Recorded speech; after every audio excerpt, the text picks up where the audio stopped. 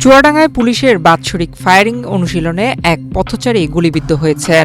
11 December বৃহস্পতিবার বেলা 12:30টার দিকে Jafarpur BGB ক্যাম্পে পুলিশের মাস্কেট্রি ফায়ারিং চলা অবস্থায় এ ঘটনা ঘটে। গুলিবিদ্ধ বাবু হোসেন চুয়াডাঙ্গা পৌর এলাকার সাতগাড়ি মণ্ডলপাড়ার হামিদ উদ্দিনের ছেলে। স্থানীয়রা জানায় বাবু হোসেন মোটরসাইকেলে করে চুয়াডাঙ্গা হায়দারপুর থেকে সাতগাড়ির দিকে যাচ্ছিলেন। এ সময় হঠাৎ একটি বুলেট এসে তার বুকের বাম পাশে বিদ্ধ হয়। পরে স্থানীয় লোকজন তাকে উদ্ধার করে দ্রুত চুয়াডাঙ্গা সদর হাসপাতালে নিয়ে যান।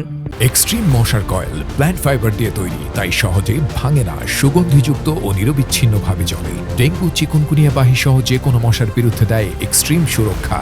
সেখানে প্রাথমিক চিকিৎসা শেষে উন্নত চিকিৎসার জন্য তাকে রাজশাহী মেডিকেল কলেজ হাসপাতালে স্থানান্তর করা হয়। ওখানে ট্রেনিং চলছে, এলাকা ভিত্তি হিসাবে কেউ জানে না, মাইকিং করে জানানো হয়নি। এখন এটা উচিত ছিল মাইকিং করে জানানো, মানে এলাকা ভিত্তি যে এখানে ফায়ারিং চলবে, এখানে প্রশাসন এখানে ট্রেনিং চলছে, এলাকা ভিত্তি যাদের মুক্তি শুনছে তারা কেউই জানে না এখানে ফায়ারিং চলবে। এর আগেও নাকি গত 2 বছর আগেও নাকি একটা শিশু বাচ্চা মারা গিয়েছে এখানে ফায়ারিং এ, এভাবে বাচ্চাটা মারা গিয়েছে। আবার এই যে মনে করেন যে 2 বছর পরে আমাদের প্লেয়ারটা আমাদের বাবু ভাইয়ের বুকে লাগছে, এখন আল্লাহ ভরসা বাঁচবে কি বাঁচবে না। এ বিষয়ে চুয়াডাঙ্গা সদর হাসপাতালের চিকিৎসক বলেন, তার বুকের বাম পাশে একটি বুলেট প্রায় 1 ইঞ্চির মতো বিদ্ধ হয়েছে। এখানে অস্ত্রোপচার করা সম্ভব হয়নি, তাই তাকে রাজশাহী মেডিকেলে পাঠানো হয়েছে।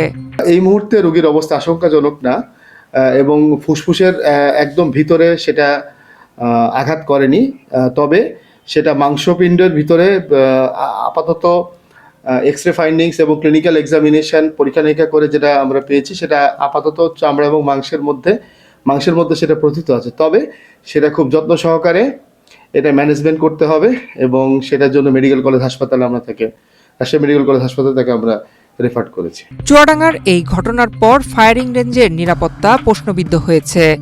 স্থানীয়রা বলছেন, নিরাপত্তা বেষ্টনী ঠিক না থাকলে ভবিষ্যতে আরও বড় দুর্ঘটনা ঘটতে পারে। নয়ন বিশ্বাস, বাংলাদেশ প্রতিদিন।